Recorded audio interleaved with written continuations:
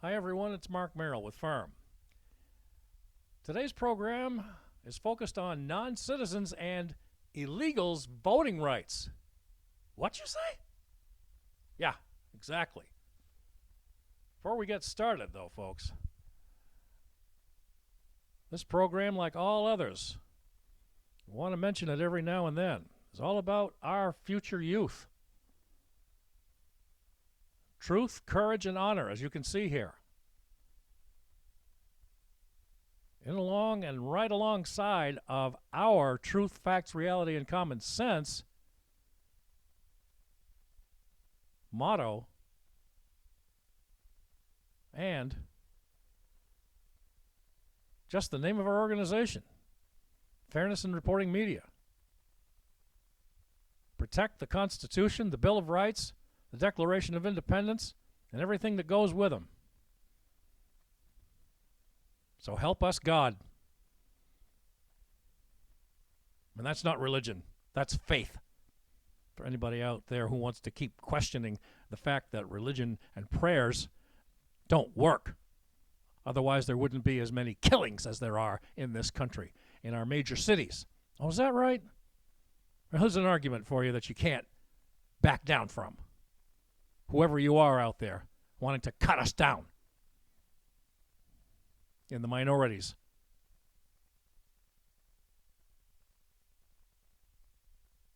He is the only one in charge. God Almighty, creator of the universe and this planet that we sit on. And the country, along with Israel, will keep our lights on a hill until the second coming of Jesus Christ, our Son, His Son, and our Savior.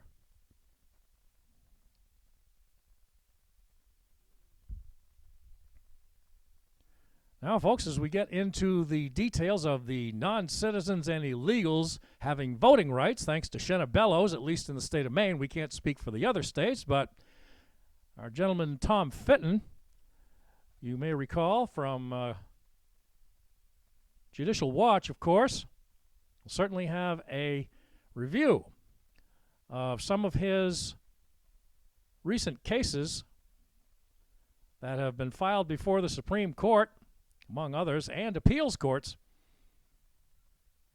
on this very topic. We'll get to that in a few minutes. But right now, let's get over here to one of our candidates for governor of the state of Maine.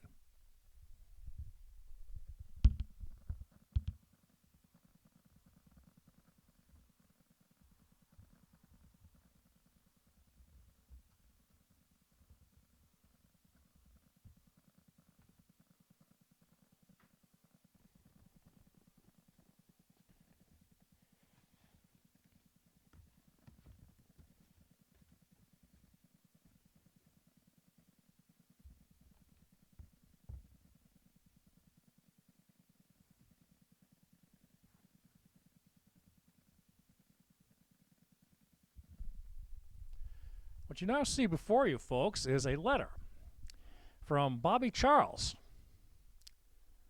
who was revealed and stated in the past about this and many other issues connected to illegals flowing into Maine, courtesy of Governor Mills. No thanks to her. We're not giving her any credit, folks, believe me. Not at all. But what you see before you is a copy of a letter that Mr. Charles sent to the Director of the Federal Bureau of Investigation, Kash Patel. Quoting Mr. Charles on a Facebook post, along with the letter, he says, "I will not stand by while Maine's elections are compromised. Today, I demanded action. I've called on FBI Director Patel to investigate illegal aliens voting in Maine." Here comes the bad news for you Democrats. This is who you elected to office. BobbyCharlesForMaine.com. Mr. Kash Patel, Director, FBI.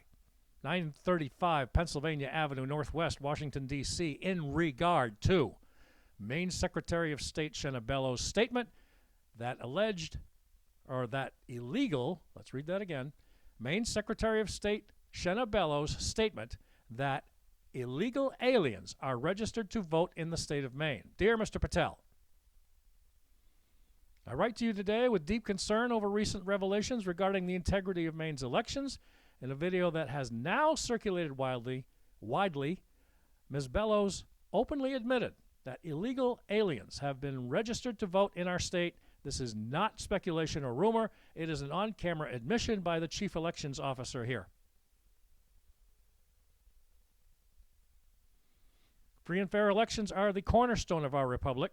If illegal aliens are being permitted to register and potentially cast ballots in Maine elections, that undermines not only our state's sovereignty, but the integrity of every election in this country. Maine elections must be decided by Maine citizens only.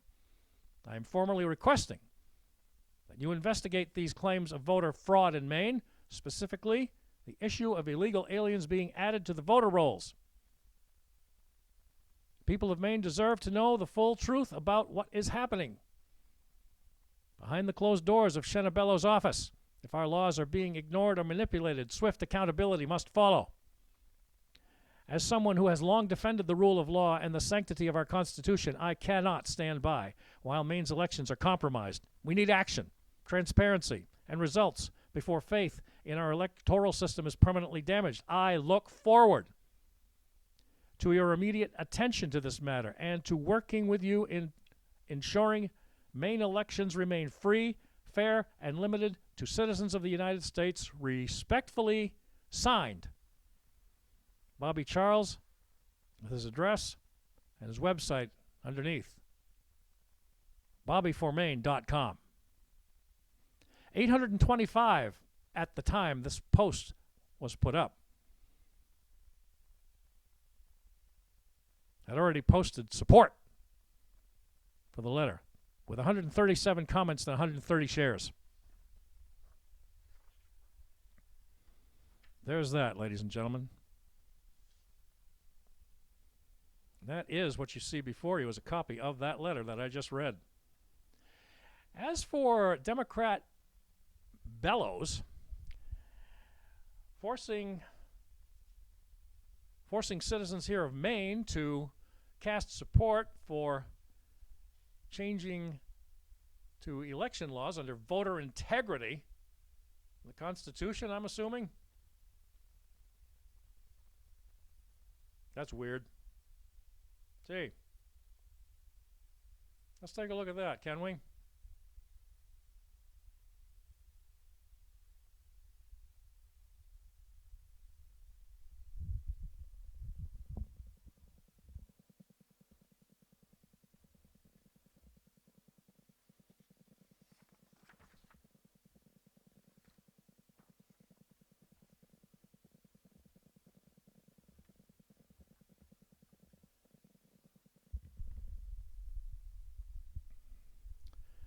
Here's one we're going to present to you folks, and you can see it before you, from Anik Milit's post on Facebook,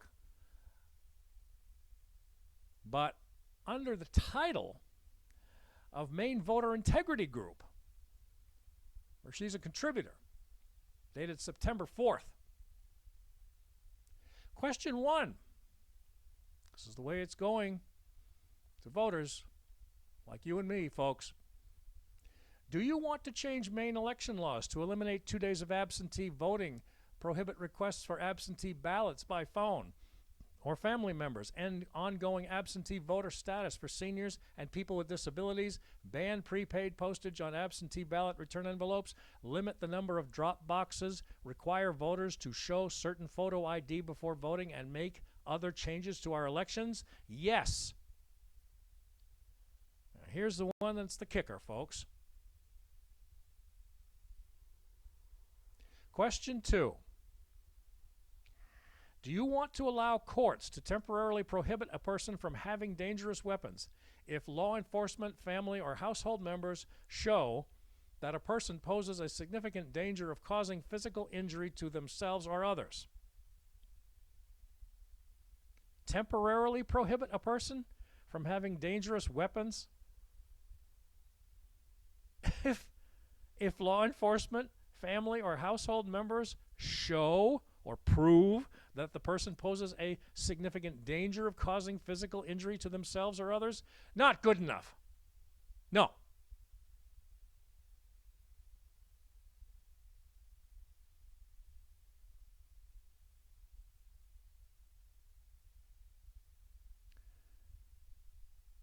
One particular person, Lori Ann, down below, which you cannot see, folks, but we'll read it for you. She posted, does that actually say that seniors and people with disabilities can't vote absentee? And what is wrong with the postage being paid? Plus, you want unhinged people to have guns? I'm beginning to think I'm in the wrong group. Couldn't have said that one better, Lori.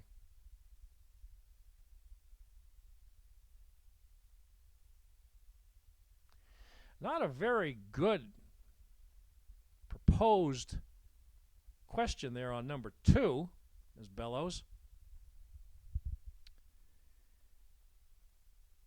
Before we move on our program about non-citizens and illegals getting voting rights, we say here at Firm that this so-called proposed referendum on absentee ballots being dropped and a second referendum on accepting red flag laws to stop criminal and homicidal attacks on the general population, something really smells demonic in this double talk. Hey.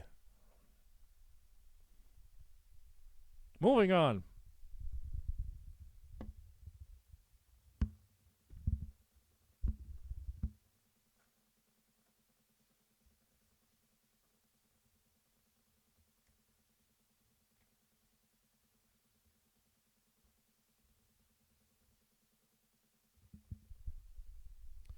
All right, now, folks, we've got some more vital news on voter rights, integrity, and how it affects Maine citizens and, of course, many others in the United States.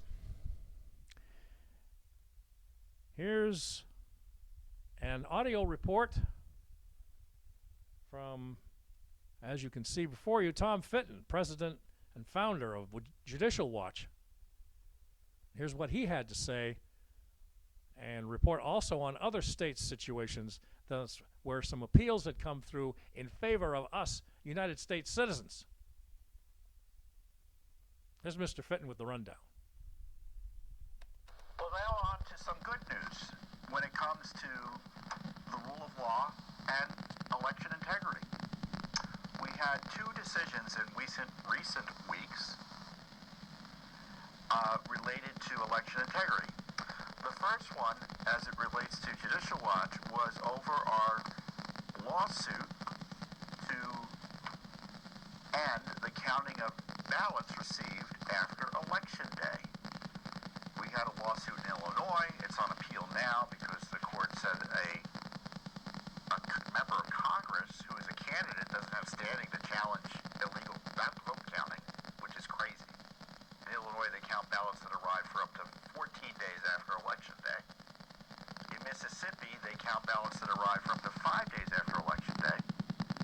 California, 7 days after Election Day. And we just sued in California over that for Darrell Issa.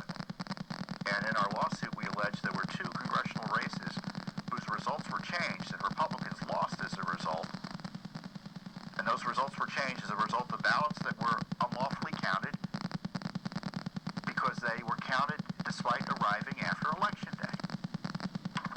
But the good news is that we had an affirmation or reaffirmation in a dramatic way in our Mississippi case.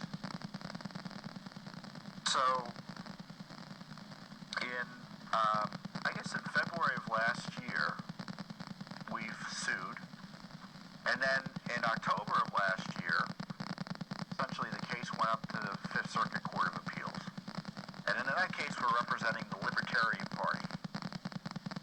And in Mississippi, the Libertarian Party sued, saying counting ballots that arrive for up to 5 days after Election Day violates the plain federal law that sets Election Day as, quote, a day. If the ballots aren't there by that day, too late.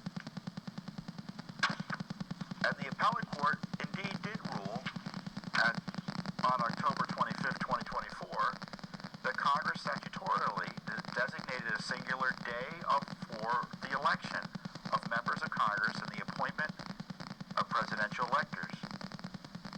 Text, precedent, and historical practice confirm this day for the election is the day by which ballots must be both cast by voters and received by state officials. Because Mississippi statute allows ballot receipt up to 5 days after federal election day is preempted by federal law. We reverse the district court's contrary judgment and remand for further proceedings.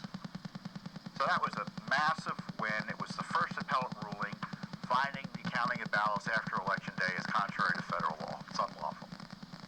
So there was an appeal. Now, when an appellate court rules against you, a three-judge panel here, I'm not a lawyer, so take this for what it's worth, because I'm sure there's a lawyer out there who's going to think of an exception to what I'm about to say. But generally speaking, you can appeal straight to the Supreme Court, or you can ask the full Fifth Circuit Court of Appeals. So the Court of Appeals has more than just three judges who hear an individual case. There's a whole slew of them. And depending on the appellate court, they have, the numbers change depending on the size of the appellate court and their jurisdiction. But California's got an entire Congress worth of judges, it seems to me, at the appellate court level. But you can appeal to the full court. So you can say to the appellate court, say, take a look at this panel decision, and the full court should consider it. And this is in lieu, at least, or it's one step you can take before appealing it to the Supreme Court if you want. And that's what happened here. They asked the full court to hear it en banc, which is literally what that means, the full court hearing it.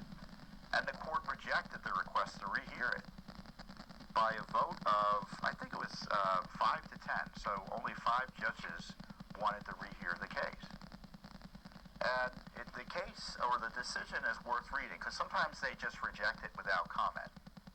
But here it was a split decision, and the dissent was vociferous, despite the law being clearly on our side. But the Fifth Circuit got it right. I'll read you part of the decision from the majority, or one of the majority judges.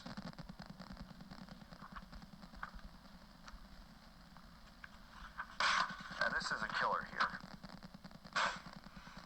According to the dissenting opinion, states should be free to accept ballots for as long as they'd like after Election Day. That is, of course, a question for Congress. But even if it were a question for federal judges, do our dissenting colleagues really think that federal law imposes no time limits at all on ballot acceptance? True, statutory deadlines prescribe dates by which the certification of presidential electors must occur. At best, those provide a last-ditch backstop several weeks after Election Day. At worst, they permit states to engage in gamesmanship, experiment with deadlines, and renew the very ills Congress sought to eliminate: fraud, uncertainty, and delay.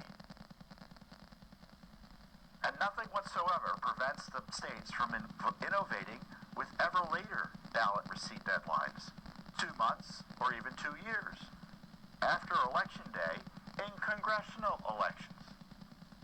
The dissenting opinion's only response is to say, states are unlikely to do that. But such pragmatic assurance only underscore that the dissenting opinion lacks any legal limit. So, as a result of this decision, that's the law of the land, at least in the Fifth Circuit, is you can't be counting ballots that arrive after Election Day. Thank you, Mr. Fitton.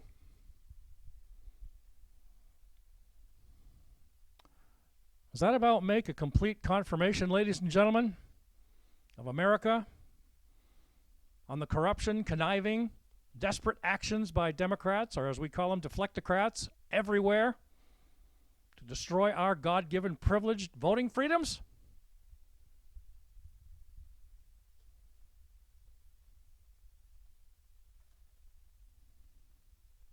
Sounds like it does to me, folks.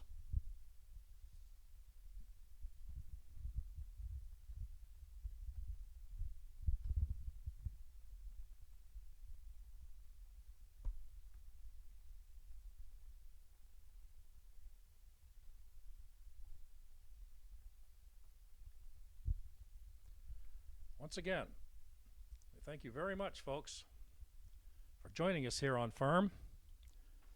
Fairness in Reporting Media, Mark Merrill, as always, reporting on non-citizens and illegals getting voting rights above you, me, and everybody else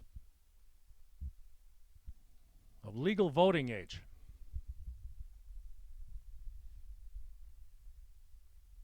Mr. Fitton and his organization, Judicial Watch, obviously, making their presence known for over the past 30-plus years. Make sure this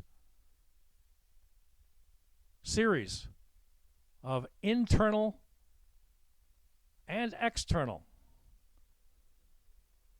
crimes against our humanity and privileged rights under God have to stop.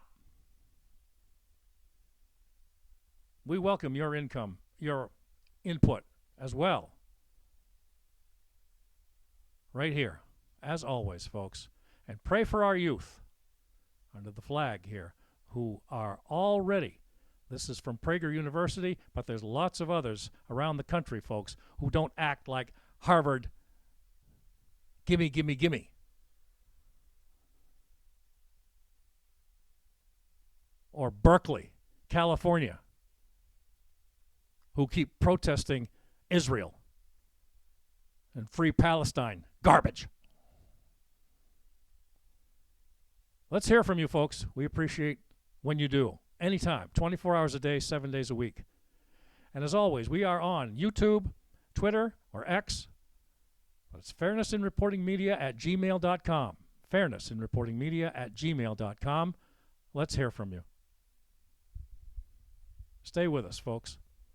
We thank you for your support of our organization as we travel the highways of central Maine, southern Maine, and eastern Maine. Safe travels, everyone, and peace to all.